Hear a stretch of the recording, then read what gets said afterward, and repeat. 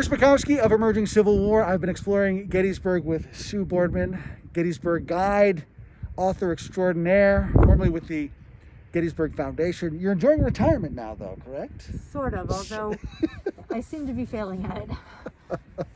The busiest people I know are the ones who are retired. Yeah, right.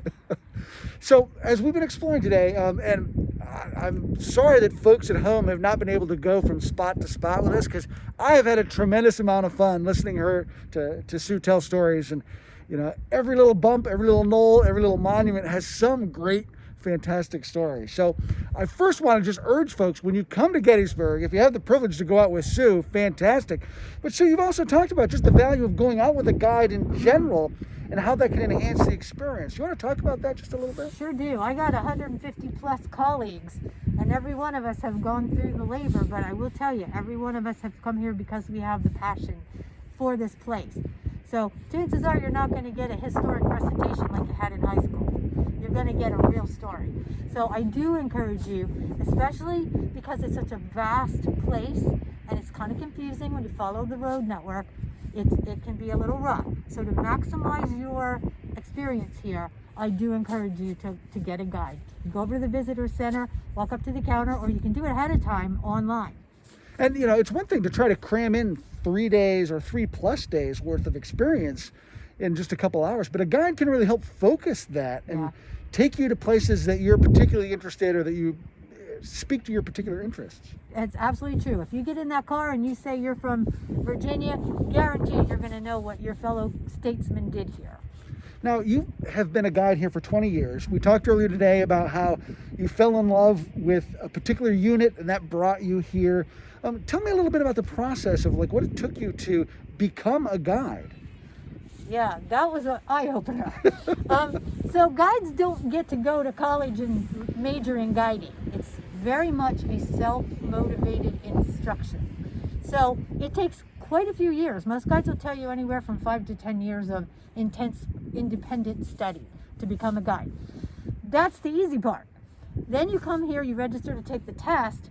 You'll sit in a room with a lot of other anxious people, and they'll take very few from every single class that sits to take tests. For example, 124 people took it the year I took it, and they took 18 guides. Wow. It wasn't that you failed it. People with 95% didn't make the cut because they don't, you know, they just only take enough guides that they need. They don't just let anybody come in and do it.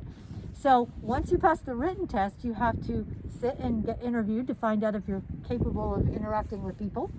And then you have to do the really hard part. You take out a senior guide and a ranger and give them a tour. That's terrible.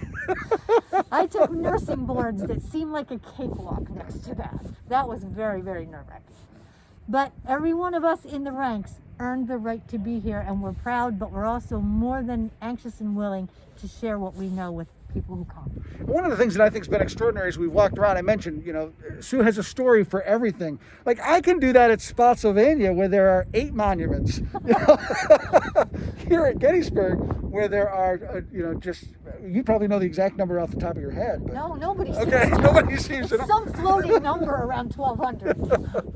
But that's a tremendous amount of information, not only about what happened during the battle, but then the story of the regiment, the people in the regiment, the memory of the monumentation itself, just the layers of history. So it's just been incredible to be out here and you know, sort of bask in your knowledge for the day. It was fun. Yeah. I appreciated your time. Sure. So let me ask you, as a woman who's a guide, are there particular challenges to that? Since it's Women's History Month, we'll touch on that just a little bit. Are there particular challenges as a woman being a guide? Okay, so I've been a guide 20 years, which means I took the test in 90, I think it was 8, and my guide license was 2001.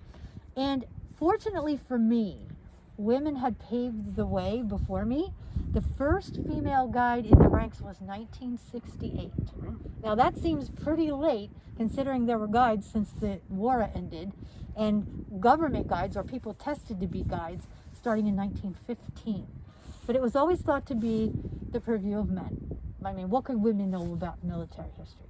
And to be honest with you, a lot of what the women guides bring to the table is the human connection. we're nurturers by birth. So we like to understand it could have been our son, our husband, our brother, our father. And not that male guides don't bring that, but that seems to be what women guides are especially good at. But I expected to have a little bit of discomfort sitting in a guide room full of men, and I didn't receive that. They were very, very, very welcoming.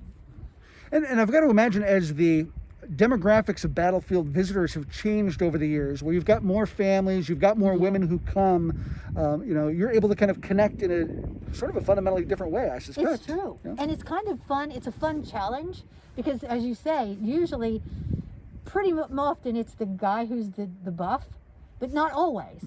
And sometimes it's the mom with the kids and the dad is either home or she's a single mom. And those are really interesting because you get, every tour is truly different, and guides enjoy personalizing it to whatever the audience is. To be honest, the biggest challenge is when you get the buff who got all they know out of the movies, and then they come and they want to engage you in conversation about everything, but you have to gently direct them because you don't want the kids to think dad's an idiot. Right. Dad really isn't on the mark here. Yeah. And that's always kind of fun, but it's a challenge. It's a big challenge. And usually you can win them over. Yeah. There's a gentle way to do it. Well, and you mentioned earlier how it's an opportunity. Like, those are people who might not have come had it not been for the movie. That's true. So at least they're here. And the movie brought, oh my gosh, it was amazing. In fact, I think that's one of the reasons the year I became a guide and the test right before that, was huge number of people tested because of the movie, and they needed more guides because of the movie, that literally visitation doubled and sometimes tripled for a while. Now we've seen, it sustained for about 5 years, and then it waned, and all the guides joke about how what we need right now is another really good movie to bring people back. Everyone's waiting for that next pop culture phenomenon to trigger that interest. True. Yeah.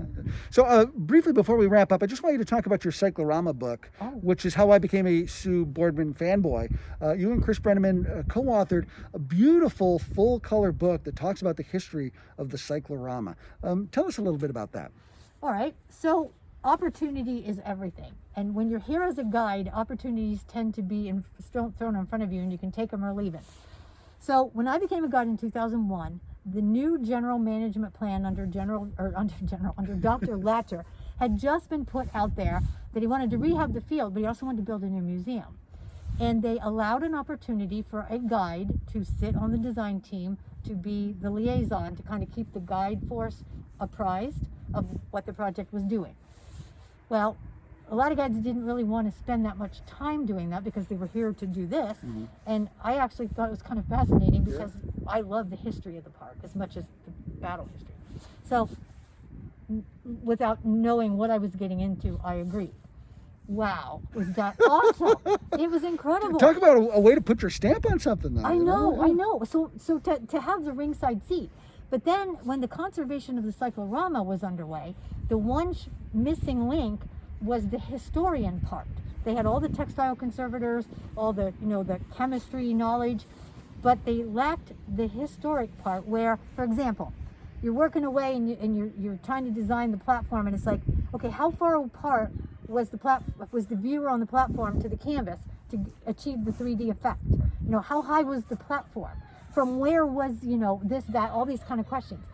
That's where I came in because I wasn't there actually with hands on the canvas, although I did get to do some of that. Oh, wow. There was some low-level volunteer work where you scrape glue off the back or you put primer on the front. I got to do that. But anyway, so that just allowed me to amass an enormous amount of history about the cyclorama, and once your head's exploding like that, the only alternative is to dump it. Yeah, sure. So you write a book.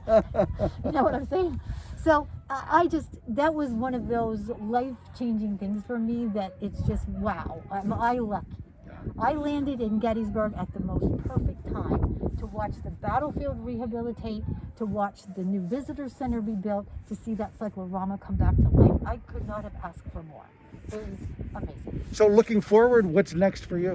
Wow. maybe a real retirement someday. I don't know about that though. We would be all the worse for it. I would tell you that. I like that I'm here long enough now that guides can achieve an emeritus status where they don't have the pressure of doing a large number of tours. So I can kind of just be out here when I want to, which is a lot of fun. Sure, sure. And I think my future is just to stay open to more opportunities. Yeah. So last question, what advice would you offer a young woman who's interested in getting into Civil War public history? Ah, yes. Okay, so I would recommend reading. I would recommend getting to know not just academics, but other public historians, because I always viewed that we public historians are the bridge between the history and the academics. And it's a lot of responsibility. And so getting to know their perspective and then getting to know the final destination, if you will, for your visitor is really important, really important. So I would recommend you get here, you link up with a circle of people who have done it before you and learn from them. Fantastic. Sue, it has been my great privilege to be out here on this battlefield Mine with you today. too. I've had so much fun. Thank you for being with us today. Absolutely my pleasure, Chris. Thank you. Wonderful. Thanks so much for joining us. I'm Chris Mackowski with Sue Boardman. Happy Women's History Month. Happy day at Gettysburg. We'll see you online and on the battlefield.